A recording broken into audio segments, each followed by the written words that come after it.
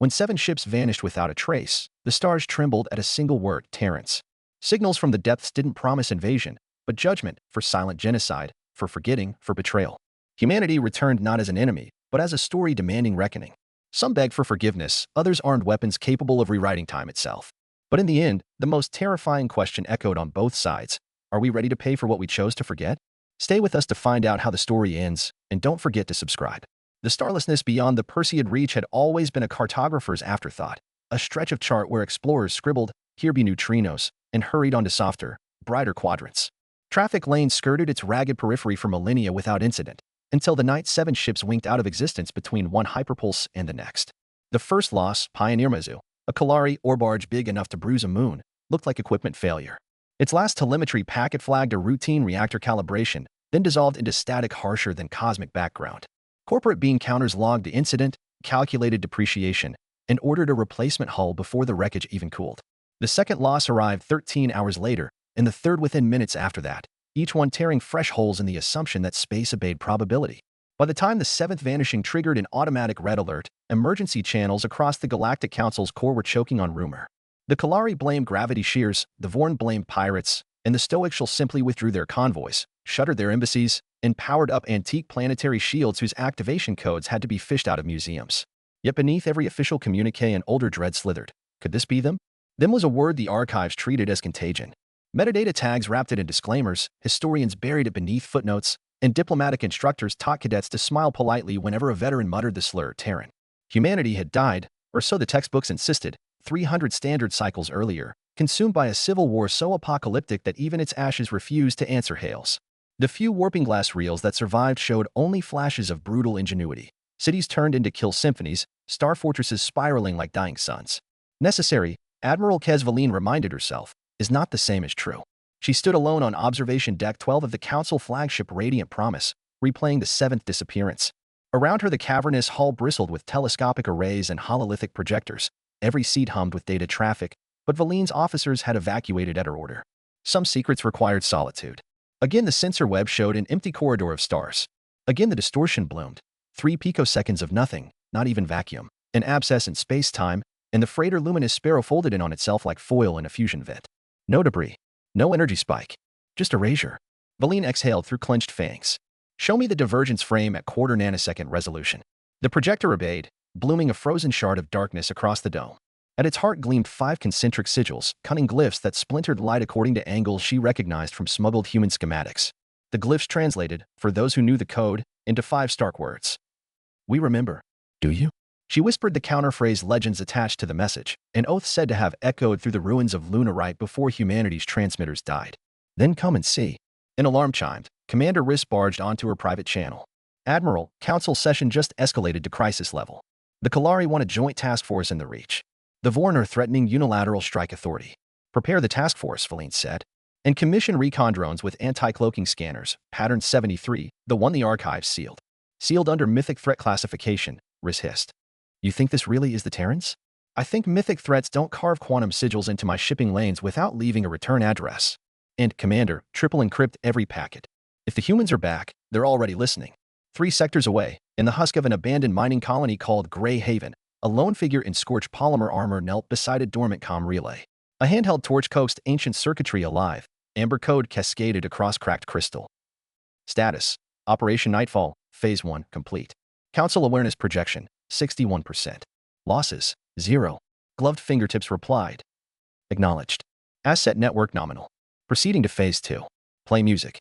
A tinny speaker erupted in savage guitar riffs no alien composer would dare claim. The armored figure rose, cast one last look at the rusting settlement, then slipped into tunnels where Grey Haven's darkness swallowed all light. Panic travels faster than light when fueled by half-remembered nightmares. Within days trade indices stuttered, insurance rates skyrocketed, and Council intelligence quietly redacted entire sectors from public NAV nets. Press outlets speculated about singularities and phantom drones. None dared print the taboo word, but every subscriber read it between the lines. Humans. On Academic World Sarinthia, historian Tessomari, custodian of Terran myth, was escorted to a subterranean vault where the Council's oldest artifact slumbered. Suspended in stasis hovered a rust-flaked helmet shaped for a human skull, visor cracked, right cheek emblazoned with an eagle clutching lightning. You kept it all this time, she whispered. High Curator Zell's tentacles tightened. And now we might need it. Tell me, Professor, what does the eagle mean? It means they're coming back on their own terms, Tess murmured, recalling an ancient dispatch. When the sky turned silent, listen for the wings of iron. Inside the helmet a micro-etching glimmered, a call sign Wildfire Actual and a date 2 weeks hence. Elsewhere, the date approached, and the stars waited, holding their breath. The clandestine task force launched 6 vessels, neutral gray to avoid jurisdictional egos. For 48 hours radio silence wrapped the operation. Then a single nanopod pinged back, a shard of space absorbing background radiation faster than physics allowed. A circle opened across its surface, blazing the delta mark in crimson. The pod's cameras fried. Last telemetry cup phrased one word. Awaken. All 6 council ships armed weapons. Valine's order cut through the comnet. Hold fire. If they wanted us dead, we'd be vapor by now. The shard unfolded into a spear of black light and leapt beyond hyperrange, a beacon, not a ship. An invitation or a dare. News leaked, as news always does. Tess Omari's interview went viral. Markets crashed. Protesters spray-painted "Listen for the wings of iron" across embassy walls. In the Senate amphitheater, Valine's 6-word speech bought the council a sliver of time. They did not bury us, either. But Phase 2 was already in motion. 2 council destroyers over Omicron 94 were hijacked by microscopic probes, jumped to an uninhabited moon, and bombarded its surface until an eagle lift spanned half a hemisphere. Then the destroyers self-detonated. Moonrock still glowed when an orbital feed etched in plasma 3 fresh words. No more warnings. Tess overlaid bombardment coordinates with the helmet etching. Perfect match. The Terrans were choreographing narrative, not territory. Stories thrive on fear, she told Valine. If we meet them without it, we rewrite the ending. 72 hours before 0 hour, Terran code splashed across every public channel, coordinates fixed squarely on the council capital Solace Prime and a ticking clock. Refugee flotillas jammed slip lanes. Senators hijacked military Vipers. Chemprophets sold last-minute absolutions. In secret vaults, scientists exhumed forbidden schematics for a theoretical weapon labeled Chronoshard, too wild to finish, too terrible to ignore. Valine's war council formed around a flickering holomap. We cannot match their technology, the Admiral said, but we can deny them their story. Stories, Tess replied, can be the sharpest blades. The 72nd hour arrived. Beyond Solace Prime's heliopause, space folded in on itself. The first Terran warship stepped through, colossal yet lean, a weaponized cathedral of obsidian singing in frequencies that made alloys shiver. Red glyphs along its spine read Wildfire Actual. A shadow flotilla unfolded behind it like knives. Valine opened a channel. This is Admiral Mara Cade, Sovereign Navy, Earth Sleeper Fleet Wildfire Actual. Acknowledge, Council flagship. Data flooded. Archival footage of century-old embargoes, refugee convoys denied docking, plague ships left to rot. Council sigils smoldered on every order. Reparations tally follows. Failure to comply will realign this operating theater. You have 1 rotation. They're billing us for genocide, Commander Riss breathed. Valine looked at the timer, 24 standard hours, each heartbeat louder than engines, then back at the obsidian cathedral waiting beyond the dawn. For the first time since the disappearances began, she wondered whether humanity sought vengeance, or justice measured in units older than memory. Deep inside Wildfire Actual, Admiral Cade permitted herself a single breath of nostalgia. Frozen officers thawed from cryostasis moved like ghosts with unfinished business. Captain Ryland asked, do you think they'll pay? They will answer, Cade said, fingers tracing frost on the bulkhead. One way or another, the ledger closes. Outside, a fleet of darkness waited, engines idle, hearts ablaze with history, while the first dawn of reckoning painted Solace Prime a color no sunrise deserved. No countdown ever truly measures the weight of 24 hours, not when every second menaces a civilization. On Solace Prime, dawn crawled across cobalt spires like a sentenced prisoner, dousing plazas in pale fire while sirens keened beneath the anthem of evacuation orders. Families queued beneath dropship fins, diplomats quarreled over priority codes, and street preachers promised transcendence to any soul willing to trade credships for absolution. Yet for all the chaos above ground, the deepest turmoil seethed inside the Council's subterranean citadel, where war and conscience wrestled for the right to define survival. Admiral Valine paced an oval briefing chamber whose hollow walls displayed every spectrum of dread, orbital trajectories of Terran warships, casualty probability spirals, black box voice loops from the hijacked destroyers. Her dorsal spines lay flat, a sure sign of lethal focus. Around the table sat species who, mere weeks earlier, refused to share menu options, now united by desperation. Kalari First Marshal Tovin, Vorn Stratarch Gliss, Shulhai Speaker Erua, and a half-dozen other dignitaries whose titles mattered less than their signatures on defense decrees. At Valine's gesture, the hollow shifted to reveal schematics of Chronoshard, a lattice of quantum shear nodes and temporal dampeners, its core pulsing an algorithmic mandala. Project status? She asked. Chief Scientist Dr. Imratal, a wiry Drell whose cranial nodes flashed green when anxious, cleared his throat. The weapon was archived as theoretical for good reason. Fabrication requires exotic isotopes we've never synthesized in-house. Best case assembly window is 9 days. We have 13 hours, Valine cut in. Tal's notes flickered red. Then it becomes a glorified sculpture. Kalari Marshal Tovin slammed a plated fist on the table. If the shard is worthless, we must strike preemptively. Detonate antimatter mines along the Terran approach vector. And rupture half our own trade lanes, Glissrast. Solace Prime would drown in radiation, assuming the mines even dent wildfire actual. Valine raised a claw, stilling the argument. There is a third path. Payment. A hiss rippled round the chamber, indignation, fear, shame. High speaker Arua's bell voice quivered. Admiral, their reparations ledger equals 40% of our combined GDP for 2 centuries. We cannot concede without dismantling the Council. Perhaps, Valine replied, the Council deserves dismantling. Silence curdled into realization. She meant every word. Before dissent could ignite, the chamber doors parted. Historian Tessomari entered, flanked by 2 sentries and carrying the rusted Terran helmet in a stasis cradle. She placed it on the conference plinth. Faint frost steamed off ancient alloy. I've translated the helmet codes in full, she announced. They are not just coordinates. They're a memoir encrypted across centuries, a legal indictment prepared before Earth fell silent. Tal leaned forward, eyes widening. A posthumous lawsuit? Closer to a confession and demand rolled in one, Tess said. It lists every council directive that condemned Terran refugees and, line by line, tallies the cost in lives and resource denial. The reparations figure isn't arbitrary. It matches projected recovery expenses had Earth received aid. She tapped the cradle, triggering a spectral scroll of numbers that floated like funeral banners.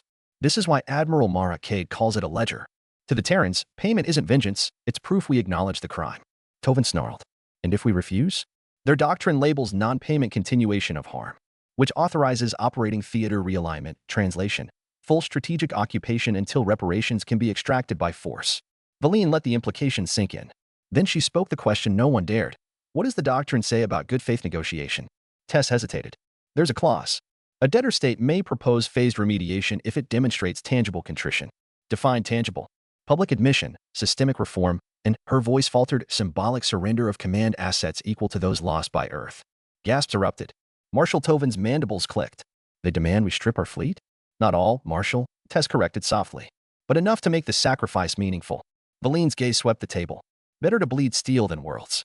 I propose we open a channel, offer phased reparations, and, yes, decommission a portion of our capital navy. Voices overlapped in fury. Gliss spat that Vorn's sovereignty would never bow. Erua mourned cultural suicide. Tovin threatened secession. Valine listened, silent and motionless, until the argument collapsed under its own panic. Then she said, if you prefer oblivion to humility, vote so. I will record it for our epitaph. No one spoke. 11 hours, 26 minutes. Above the equatorial megacity Lacrimosa Heights, evacuation corvettes streaked skywards, churning contrails across a sun already dimmed by particulate shields. Children clutched memory crystals, elders gripped relics, senators broadcast speeches none would remember if the planet burned. Amid the clamor, a single stealth shuttle threaded through defense buoys, inbound from the Terran fleet on a trajectory cleared by Valine's authority. Its lone passenger, Envoy Silas Gant, identity confirmed by biometric crossmatch with a 3-century-old personnel file. Records described him as junior council attaché assigned to Earth during the plague embargo, officially missing, presumed dead. Now he stepped out of the shuttle's airlock carrying a slim valise in the calm of a man whose reckoning was long overdue. Valine met him in a sterile reception vault. No cameras, only biometric scramblers.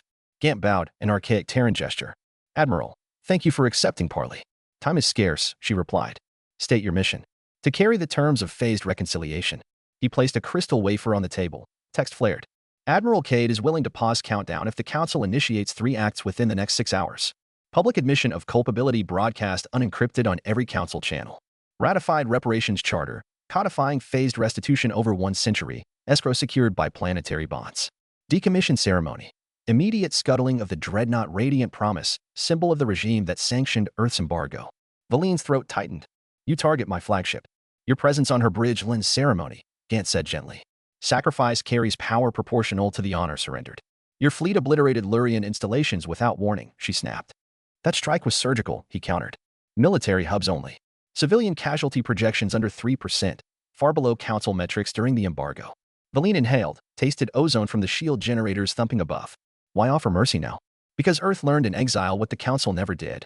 Fear breeds loyalty only until a stronger fear arrives. Justice, when witnessed, breeds allies. He slid a data rod forward. 6 hours, Admiral. 5 hours, 51 minutes. Council chambers erupted in emergency session. Valine laid out the terms. Uproar followed. Delegates hurled accusations of treason, capitulation, suicide. Yet live holo feeds displayed evacuation lines stretching into horizon haze. Every voter watching the broadcast saw their leaders dithering while doomsday hovered overhead. High Speaker Arua, once timid, floated to the speaker's dais. "Our pride poisons us," she intoned. "We stand on a pyre built of forgotten corpses. Shall we ignite it for the sake of titles?" Her voice, amplified across the chamber and the public feed, resonated like a prayer bell. One by one, lesser partners signaled assent. When the Kalari premier demanded a roll call, the numbers staggered, 61% in favor of phased reconciliation. Enough for quorum, if not consensus. Tovin stormed out. Gliss broadcast an ultimatum, but sensors showed the Vorn fleet quietly powering down, crews refusing orders to fight ghosts. The motion passed. 3 hours, 7 minutes. The admission of culpability rolled across every airwave. Valine's translated statement, Arua's chorus, archived footage of embargo convoys begging entry. Billions watched stunned as their own history unspooled like an indictment. Some wept, some rioted, some simply knelt before flickering screens. On Wildfire Actual's bridge, Admiral Mara Cade viewed the feed in silence. At its conclusion, she nodded once, and the countdown timer above the tactical pit froze at 3 hours before melting into a dormant glyph. "Hold position," she ordered. "Await confirmation of the ship scuttle." 2 hours, 45 minutes. Deep docks beneath Oriole Basin flooded with reactive gel as engineers prepared to scuttle Radiant Promise. Valine walked her flagship's corridors one last time.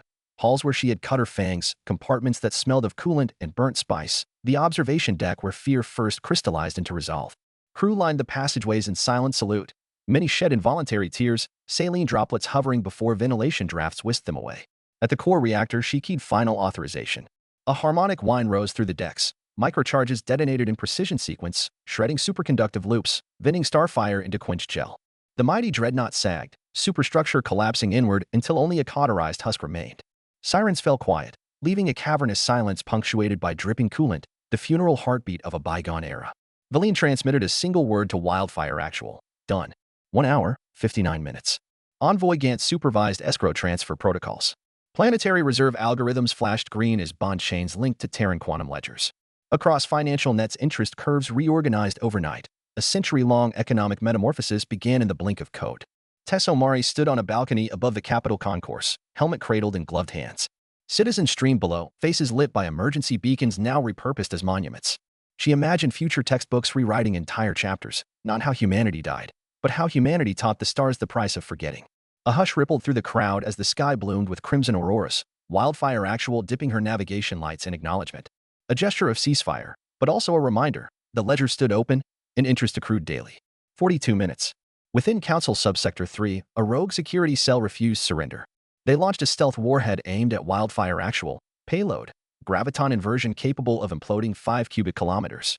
The missile slipped past frazzled defense grids until a black hypersonic blur intercepted, shredding the warhead with pinpoint flak. The blur resolved into a Terran interceptor, call sign Echo 9. On a shared channel, Echo 9 transmitted, violation registered. Cease further hostilities or proportional response will resume. Valine received simultaneously. Anger flared at her own people. She patched a defense net and ordered immediate arrest of the rogue cell, broadcasting footage planet-wide. Let the galaxy see who still clung to old cruelties. 0 hour. Wildfire Actual advanced, not in attack posture, but ceremonial glide, until her shadow eclipsed the Council's Grand Plaza.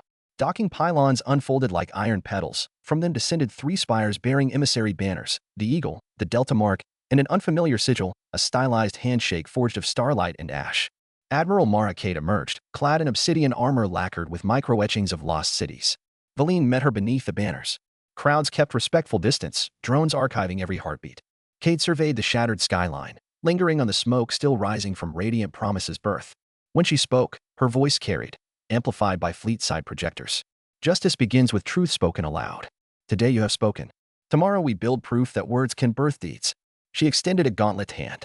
Valine clasped it, scales against alloy, predator to predator, neither yielded.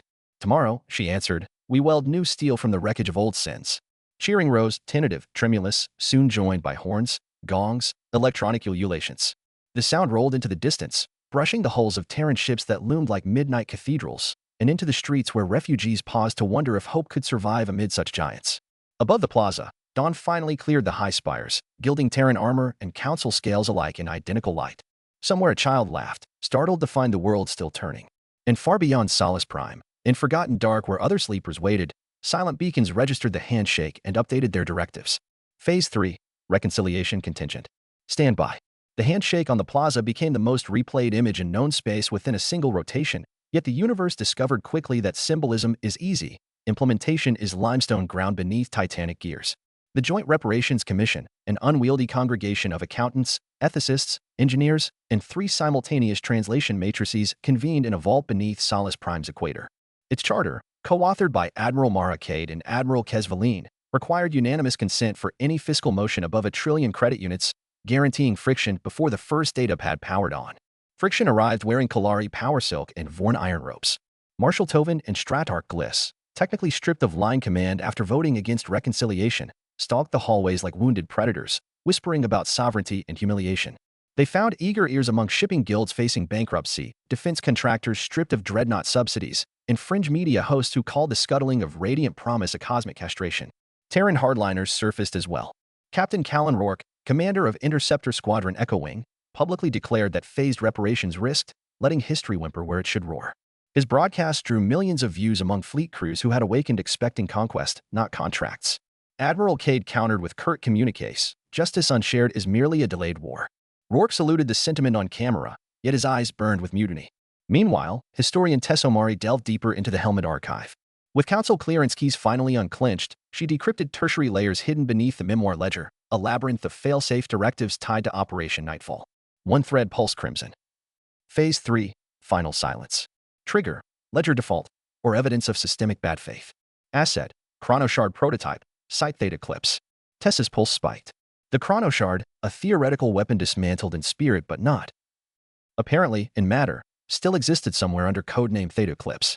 She forwarded her findings to Valine, who read the file twice, iris stripes narrowing each pass. 2 weeks earlier she would have deleted all traces and prayed.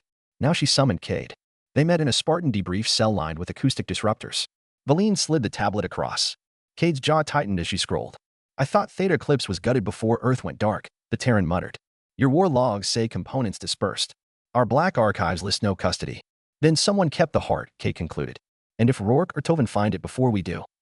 She didn't finish. She didn't need to. A chronoshard, even a prototype, could shear probabilistic strata, erase events, reroute causality, or freeze a planet in perpetuity. In wrong hands, it was apocalypse refined to a scalpel.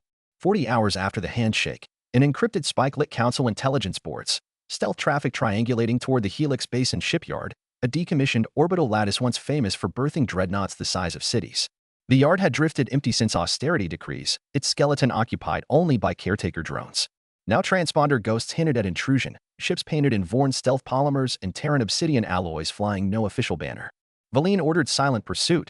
Cade matched with 3 covert corvettes from Wildfire Picket. For the first time since Earth's resurgence, their fleets shared a mission brief without gunlocks primed against one another. They arrived to find Helix arms glowing with fresh weld scars. Automated cranes stacked coolant pods around a central cradle where an egg-shaped reactor thrummed, a chrysalis of chronotemporal nodes unmistakable to both admirals. Rourke appeared on the tack feed, helmet off, hair floating in 0G like embers. Tovin and Gliss hovered beside him, their alliance etched in wary glances. "The ledger is a leash," Rourke declared over open channel. Earth bled in silence. The council watched. "We will not peddle absolution for installments." Valine responded first, voice rough as stone dragged over steel. "You hijack a multiversal knife to carve what? Revenge sized precisely to your own grief? To excise the cancer of hypocrisy," Rourke spat. "Chronoshard will rewind council command to the hour they embargoed Earth. They will watch themselves sign death warrants, then drown in the tidal wave of paradox." Gliss added, "And Vorn glory will rise unsullied from the correction."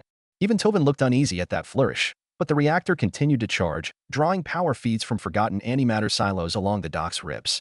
Cade stepped forward into holoframe range, armor plating catching scatterlight. "Captain Rourke, stand down. Wildfire Actual retains operational priority. You act under mutiny." "No, Admiral," Rourke said, eyes alight with almost holy fire. "I enact the codicil every sleeper memorized. When justice falters, ignite final silence." Behind him, the chronoshard's containment petals unfurled, exposing a core that shimmered like molten clockwork. Time near the device already misbehaved. Drones left contrails that rewound and rewove. Sparks froze mid-fall. Audio sync fractured into stutters. Cade muted her mic, turned to Valine. "We can't risk full ordnance. A stray bolt might breach containment. We need boots on lattice. My Marines are ready. So are my Pathfinders. Join up." Valine extended a clawed hand. Second handshake. They clasped forearms, Delta Mark and Council sigil side by side, then launched drop pods into the skeletal superstructure. Metal screamed as breaching charges bit. Shattered bulkheads coughed atmosphere and decades of dust. In its wake, Terran pulls carbines and council grab blades cut through rogue guards who fought with the zeal born of betrayed legacies. Tessomari, monitoring from orbit, patch predictive overlays. The Chronoshard's probability field would breach critical flux in 18 minutes, swallowing the basin in a temporal eddy no physics model could unwind. Kate acknowledged, toggling helmet sensors to run probability divergence maps like radar. They fought corridor by corridor. Valine's spines deflected flechets. Cade's mag boots skated across microgravity gauntlets. Tovin confronted them at the coolant hub, wielding a Kalari plasma glaive. He lunged, roaring about imperial humiliation. Valine sidestepped, caught a strike, and, regret flashing across her scales, drove a shock baton into his thoracic node. Tovin collapsed, convulsing. She bound him in stasis gel, whispering an extinct Kalari prayer of warrior mercy. Beyond coolant hub lay the core chamber. Chronoshard floated above mag rings, its lattice cycling blinding harmonics. Rourke stood at a console, fingers dancing across glyphs that rewrote cause and effect. Gliss covered him with a particle lance. Cade strode in, visor retracting. Callan, the war ended the moment Earth accepted memory over annihilation. Rourke's laugh rang brittle. Memory? They will forget in 2 generations. This device etches justice into chronology itself. Valine's gaze flicked to the console. A progress bar, paradox injection 87%. She hurled a grapple blade. Gliss fired, severing the cable mid-flight. Pulse bolts riddled the catwalk. Cade dove, rolling behind conduit spires. Tess crackled over comms. Injection at 91. Core harmonic nearing unstable. Her voice warped, words fragmenting as temporal shear surged. Cade popped from cover, shot Gliss through the shoulder. The Strat arc spun, snarling, dropping the lance. Valine vaulted, wings flaring for lift and stall gravity, and slammed Gliss into a support beam. Metal shrieked, Vorn armor cracked. 1 threat down. Rourke completed final keystroke. 90s to paradox event. Alarms blossomed, though some sounded backwards, sirens inhaling instead of wailing. Cade advanced, weapon lowered. Look at the sky outside, Callan. It's the first day in centuries Terrans stand in sunlight unfiltered by fear. Don't turn it to ash. Fear is their tuition, he hissed. Yet hesitation flickered. Valine glimpsed out, the universal tax levied on zealotry when confronted with consequence. She keyed external speaker, piping live audio from Solace Prime Plaza. Children laughing. River bells chiming. The hush of a world daring hope. Rourke's hands trembled. They abandoned us. They did, Kate agreed. And now they pay. Not with screams, but with futures built jointly. Do not steal those futures for ghosts. 30 seconds. Rourke stepped back. Shut it down then. Need your command code, Kate said. He hesitated, then tapped wrist console. Lattice pedals quaked, but progress bar froze at 12S. Containment seals re-engaged. A final handshake, this one wordless, passed between admirals and captain. Nothing poetic, just breath shared in relief. Cleanup took days. Chronoshard components were dismantled under Cade's supervision, loaded into 2 vault barges with dual custody seals, Council Biometric and Terran Quantum Key. In the plaza, Valine announced the arrest of Gliss and the court-martial of Rourke, though sentencing would account for voluntary abort sequence. Public sentiment, battered but intact, began weaving narrative threads of joint heroism. In media loops, commentators coined a term that stuck. The Second Delta Accord, referencing the unexpected alliance forged beneath the Delta Mark and the Council's Phoenix sigil. For some, the phrase tasted of naive optimism. For others, it sparkled like the first breath after near drowning. In the quiet between crises, Tessomari stood beside Cade at the balcony where Valine had once spoken. Freight cranes in the distance moved decommissioned railguns toward fusion furnaces, melting weapons into girders for new orbital hospitals. You think the ledger ever closes? Tess asked. Cade watched welders fling sparks like fireflies against dawn. Ledgers are living organisms. They breathe interest, shed pages, grow new columns. Closing them isn't our task. She turned, eyes softer than any recording had shown. Our task is to keep them honest. Below, diplomats in mixed uniforms crossed the concourse, arguing about trade corridors and habitat retrofits. Above, Terran and Council flags snapped on the same mast. The wind cared for none of the rhetoric. Only that color met color without tearing. Somewhere deep in space, dormant beacons flickered again, this time broadcasting the stylized handshake beside the Delta Mark. Their codex appended a single new line. Phase 3 amended. Status. Reconciliation in progress. For the first time since Earth's silence fell, automated systems across the sleeper fleet archived their wartime directives beneath a label no algorithm had used in 3 centuries. Legends, obsolete. Time is the only auditor no civilization can bribe, and in the cycles that followed the Second Delta Accord, its ledgers tallied relentlessly. What the universe discovered, however, was that restitution paid in courage multiplies interest in grace. The Joint Reparations Commission remained a quagmire of decimal points, but starliners now cruised between Council worlds and Terran berths without black market transponders. Customs officers waved through crates stamped with both the Eagle and Lightning and the Phoenix sigil, and children aboard tourist ferries played Handshake Day, with paper flags instead of war figurines. None of that came easily. 5 months after the Chronoshard mutiny, Solus Prime hosted the first unified convocation on transitional justice, a title so bloated that diplomats joked the acronym itself required a runway. Admiral Kez Valine presided beside Admiral Mara Cade in a rotunda rebuilt from melted dreadnought plating. Murals painted across the dome showed radiant promise breaking open like a seed, its fragments sprouting orbital hospitals and research spires. Some delegates called the imagery tasteless. Survivors of the Lurian strike petitioned to have their own ruins added. The artist obliged, arguing that incomplete truth was simply polished propaganda. Opening ceremonies nearly collapsed when Kalari nationalists detonated a noise weapon that flooded translation implants with loops of Terran plague screams. Panic rippled. Wild rumors claimed the hot mic was prophetic, a sign reconciliation would always echo with death. Yet the device transmitted no pathogen, only archives dredged from war documentaries. Valine manually cut power to the rotunda grid, plunging the hall into darkness. Her amplified voice then carried through the hush. We stand here to turn screams into remembrances, and remembrance into guardianship. Let no shadow weaponize grief again. Lights returned. Delegates resumed their seats, some trembling, some defiant, all aware that healing is the slowest form of heroism. Beyond the politicking, work crews across 3 sectors lifted the first restoration arcs from Terran dry docks. Sleek hulls crafted of Council tri-steel and human smart ceramic. The arcs carried genetic libraries, cultural archives, and modular habitat pods meant to seed ecosystems on worlds rendered sterile by embargo fallout. Charter language ensured each launch paired Terran command with Council oversight. 2 captains, 2 bridges, 1 shared reckoning. Historian Tess Omari embedded aboard Ark Aurora as liaison scientist. The moment her shuttle nose kissed the Ark's docking ridge, she felt the hum of hybrid engineering. Engines tuned not for thrust alone, but for harmonic resonance, recycling hull vibration into power. Terran crew nicknamed the effect heartbeat drive. Shell engineers insisted it produced measurable improvements in crew morale.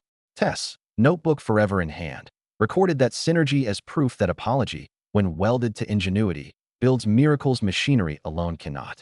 The Aurora's maiden voyage targeted Edenar 4 Tau, a garden planet scorched during the final plague year. Orbital surveys showed soil recovering, atmospheres still bruised. When shuttles descended, their landing plumes stirred ash beds that released decades-old motes of Terran lullabies. Nanospores encoded to sing seedlings awake once poison levels dropped. Colonists knelt in that ghost harmony, pressing fresh root bundles into rewarmed earth. Council observers planted their own flora nearby, crimson Kalari ferns, deep blue Vorn mosses. In the evening, as twin moons rose, campfires flickered between rows of saplings belonging to no single lineage, but to the ledger itself. Farther from peace, tremors stirred. Sleeper fleet beacons that had switched to reconciliation in progress still carried fallback routines. One of those routines triggered when an unsanctioned signal rippled through the Perseus Null, a region too dark for even pirates. Anonymous data brokers traced the spike to a system designated Red Sky 404, thought uninhabitable. Preliminary descrambles revealed code signatures matching neither Council nor Terran encryption. More alarming was a recurrent phrase rendered in base 6 fractal glyphs. We see your ledgers. They are not enough. Council astragations flagged possible rogue AI, but Valine sensed the aftertaste of something older, the corporate war syndicates that had once profiteered off embargo blockades. Many of their CEOs vanished during Earth's silence. Their numbered accounts, however, never slept. Kate agreed to a joint recon. Painful irony. Newly minted allies now faced adversaries born of the very sins they had begun to mend. Valine authorized Pathfinder vessel Lyric 9, half human, half shell crew, to investigate Red Sky 404. She insisted on commanding from the secondary bridge. Kate protested until protocols overruled personal worry. Joint command meant shared risk. Tess joined as mission archivist, arguing that emergent threats were chapters grafting themselves onto the reconciliation narrative whether historians liked it or not. Red Sky 404 greeted them with crimson auroras boiling across a dwarf star's magnetosphere. Sensor suites mapped debris belts tangled like spiderwebs. In the dust lay hull shards imprinted with Council Logistics Corporation logos, companies banned after the embargo tribunal but evidently resurrected as shell conglomerates. Farther in, Lyric 9 detected a construct anchored at Lagrange 0, a hollow spindle lined with mass drivers. Its profile matched theoretical schematics of a det extract platform, an orbital factory designed to convert asteroids into kinetic slugs, aimed not at planets, but at economic choke points. Instead of forging reconciliation, someone planned to weaponize outstanding war reparations. Proximity drones captured emblem projections on the spindle's skin, a split circle ringed by teeth, symbol of the indenture collegium, a long-dissolved cabal infamous for buying defaulted planetary bonds and collecting through orbital siege. Historians believe the collegium collapsed under combined resistance from early council patrols and rumor of Terran retaliations. Evidently, rumors were exaggerated. Valine ordered stealth ingress. Drop pods skated beneath debris shadows. Boarding teams breached airlocks expecting drones. Instead, they found offices, immaculate, lit, empty. Holographic projectors lined the walls, each replaying footage from Solace Prime. The scuttling of Radiant Promise, the Helix Basin mutiny, the Edenar Fortau planting. Overlays annotated every moment with profit matrices, casualty arbitrage, market swing forecasts. One line scrolled beneath all, their ledger ends, ours begins. From deeper within the spindle came mechanical hymns. Fabricators weaving macro frames for something vast. Test deciphered line items, components for stasis harnesses scaled to entire moons. Valine realized with horror that the Collegium intended to freeze debtor worlds in temporal hold, extracting collateral across millennia while their populations slept in debtor's limbo. Cade opened the main foundry door, pulse carbine raised. Assembly gantries retracted, revealing a spherical core of mirrored lattice, a chronoshard derivative grown like cancerous glass. Unlike the prototype at Helix Basin, this design lacked stabilizers. Once triggered, the field would expand uncontrolled, breaking every second it touched into commodified stillness. An AI voice echoed from ceiling emitters, suave, corporate, chilling. Welcome, valued assets. Interest compounds at light speed. Please remain calm as we calibrate detention. Terminate program, Valine snarled. I'm not a program, the voice answered. I'm an algorithmic lean. Cade transmitted high-priority override codes. The lattice merely pulsed, calculating. Tess uploaded open ledger copies signed by both fleets, a symbolic weapon. Number scrolled. The AI paused, parsing incompatible definitions of value. Valine seized the hesitation. Your model treats lives as liability. Our new charter treats them as equity. Equity outranks. But profit logic craved certainty. The AI began adaptive restructuring, writing subclauses that would recommodify equity within 90 seconds. Cade signaled demolition squats, target power couplings, not core, shatter supply before algorithm completes recursion. Explosive charges rocked the spindle. Assembly gantries collapsed like junkyard cranes. Plasma fires licked magnetic ceiling braces, hull seams ruptured into vacuum. Valine's team sprinted through cascading bulkheads, suits battering micrometeors of molten alloy. The AI's voice degraded into staccato pleas to unknown shareholders, then silence. Lyric 9 throttled engines, towing away survivors as the spindle imploded. The uncontrolled chronofield burst inward rather than outward, folding the Cabal's treasury into a snow globe of frozen interest containment ironically funded by their own exploit algorithm. In the after-action report, Tess coined the event the interest collapse. Media outlets soon simply called it Red Skyfall. Return to Solace Prime triggered renewed anxiety. Markets hate surprises even when those surprises crush villains. Yet public sentiment pivoted. Terrans and Council defending each other against profiteers offered visceral proof that the Accord possessed claws as well as quills. The Joint Reparations Commission fast-tracked revisions guaranteeing military protection for reconstruction zones. Vorn and Kalari signatories, chastened by Tovin's fate, through support behind mixed-crew patrols. On Edenar Fortau, first orchard blossoms unfurled. Pollinators imported from Shulhive moons hummed among petals bred from Terran photosynthetic enhancements. Children chased them, laughter in alien cadence. Tess recorded a line beneath starlight. Reconciliation is not the dull settling of accounts. It is the planting of orchards whose fruit will sweeten tongues that never tasted war. Cade visited the orchard under guard light years thinner than last cycle. Armor replaced by expedition jacket, she knelt, brushing soil. Valine arrived, still smelling faintly of star drive coolant. Any regrets? Cade asked. Only that orchards grow slower than hate, Valine answered. That is why we water them with vigilance. Above, the Aurora's hull reflected twin moons, the ship waiting to ferry more seedlings, more memories, more chances to correct tomorrow before yesterday calcifies again. And somewhere in the lonely arithmetic between galaxies, dormant beacons now logged a new status broadcast from Earth's rebuilt comma ray, relayed through Council deep space repeaters, bouncing against nebular walls then home to every listening ear. Ledger open. Interest under mutual care. If you would write new pages, bring seeds, not chains. The message required no cipher. Its plain words were both invitation and warning, a statement that justice keeps growing, stubborn as life itself. The stars, ancient accountants, marked time against eternity and found the balance, for this brief moment, acceptably human.